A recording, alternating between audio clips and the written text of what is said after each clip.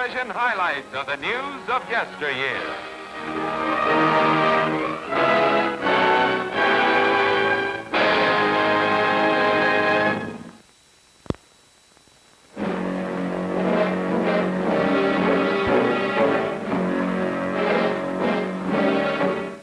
Tragedy of infamy and intrigue, the Dollfuss story. May 1934, and crowds hail Engelbert Dollfuss, Austrian Chancellor, who is about to sign a pact with Italy's Mussolini, guaranteeing independence for Austria and protection for both German and Austrian Nazis. Il Duce signs the paper that is to be violated 2 months later after Nazi followers mortally wounded Dollfuss and allowed him to bleed to death. Death mask of a martyr. Sorrowing thousands jam Vienna streets at the funeral of Middle Europe's little Napoleon.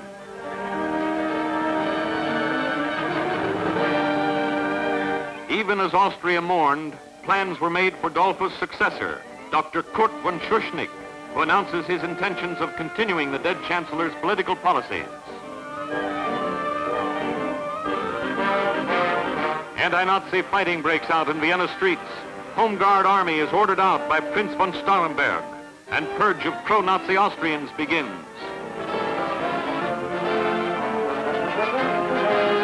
Continued outbreaks call for declaration by Minister of Defense Major Fey that Vienna is under martial law.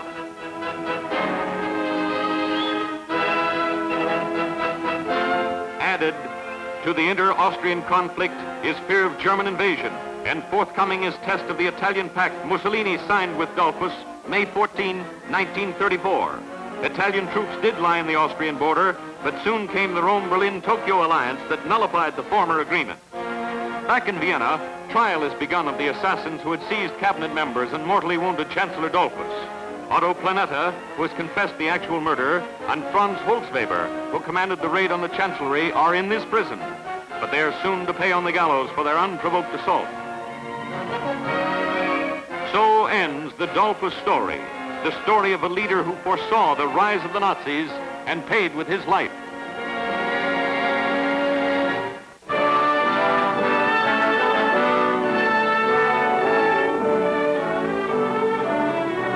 February 1939 sees official opening of Treasure Island off San Francisco in a $50 million pageant of the Pacific.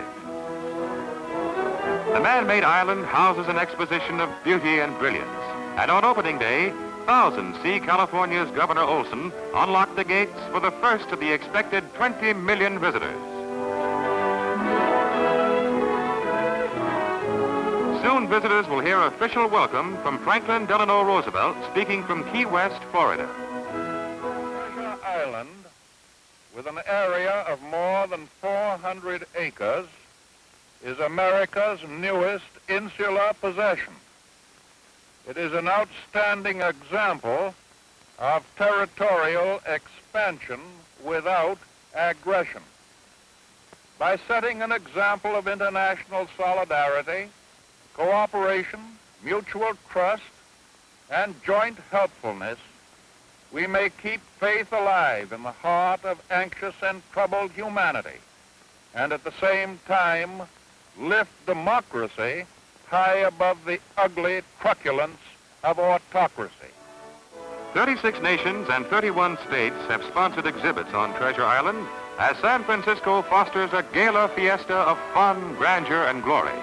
This is the San Francisco Fair. This is Treasure Island.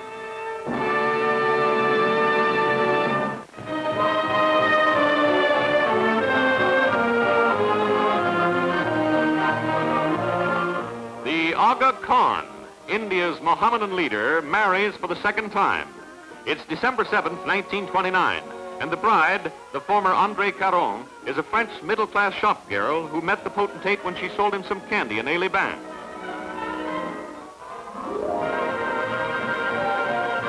20 years later, also in France, Ali Khan and Rita Hayworth are wed. Around the world courtship results in the marriage of the Aga Khan's son and Hollywood's glamorous dancing dramatic star. No romance since the Prince of Wales' Wally Simpson courtship was so well publicized. Wedding dinner with Rita and her father-in-law, the Aga Khan, the subject of hundreds of news stories and thousands of pictures. love and kisses for Mr. and Mrs.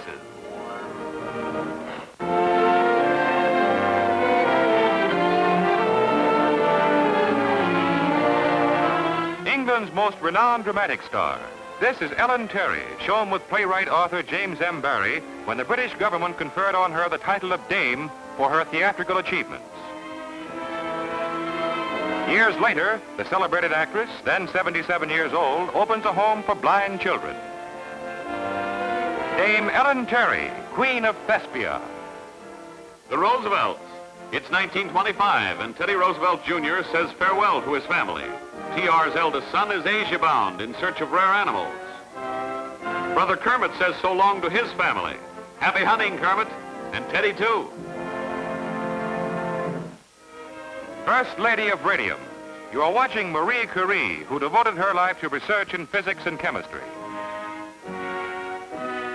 In 1898, Madame Curie obtained radium from pitchblende, start of a career that saw the world acknowledge her supremacy in science.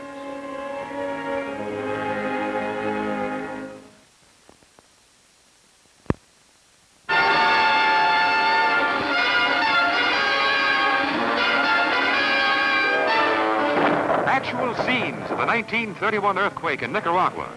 Initial tremor was followed by fires that destroyed the city of Managua. Complete devastation was the result, despite efforts by Nicaraguans to combat the flames. You are flying over the ravaged country. Only a few of Nicaragua's proud buildings remain upright, despite the fact that the earthquake itself lasted but 6 seconds. Civilian workers begin their gruesome task of digging for bodies in the wreckage. Almost 2,000 perished in the disaster, with damage of $50 million. Lone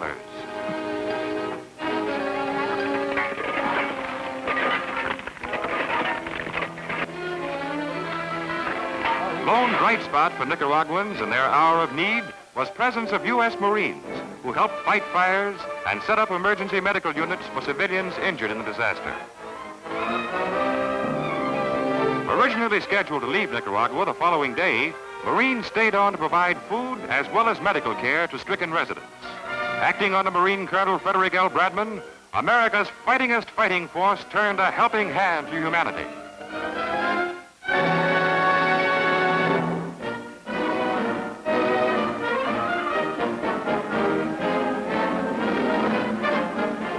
We're in 1919, and the United States Army is sponsoring a series of coast-to-coast flights to test the reliability of airplanes. In cockpit of this plane, Lieutenant BW Maynard, known as the Flying Parson, who's to win the race. Here he leaves Mineola, Long Island, on a hop to the coast. At the same time, in Sacramento, California, the other half of the Army's plan goes into operation. Planes taking off, making the west to east flight. Once again at Mineola, the Army's Lieutenant Worthington arrives from the coast after creating several records en route. Officials check his timing just as Army officers in San Francisco wait to greet the Flying Parson on his arrival, following the east to west flight. This, however, is only one half of the trip. Maynard, after a brief rest, is to set out again for his original starting place. It took Maynard 3 days, 6 hours, and 4 minutes to make it to the coast, but he managed to average 125 miles an hour. Congratulations from Air Service officials in California, and Maynard heads back east. Leaving Chicago, the Flying Parson has just conquered near disaster when forced down in Omaha, but he's on his way to victory in this race.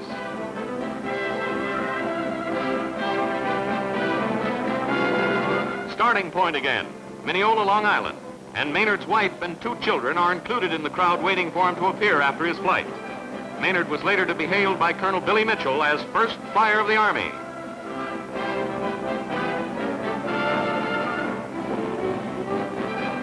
Here's Maynard congratulated by Roosevelt Field's commander after making return flight in only 25 hours. That's Trixie, who flew with Maynard. And here's a family reunion in front of his de Havilland ship. Yes, Maynard made it.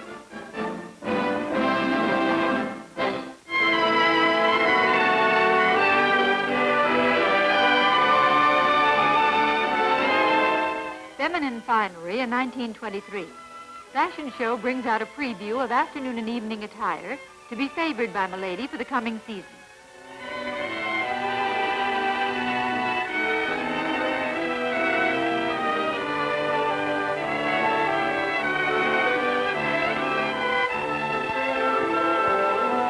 Things have changed, wouldn't you say? And wouldn't you also say, thank goodness?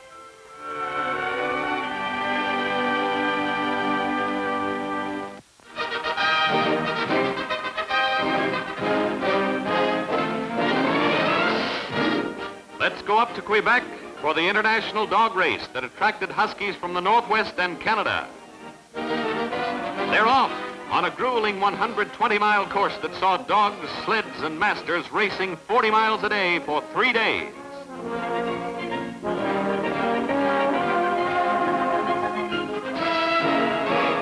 It's a tough grind, but the honor of the race keeps the Huskies heaving along to the finish.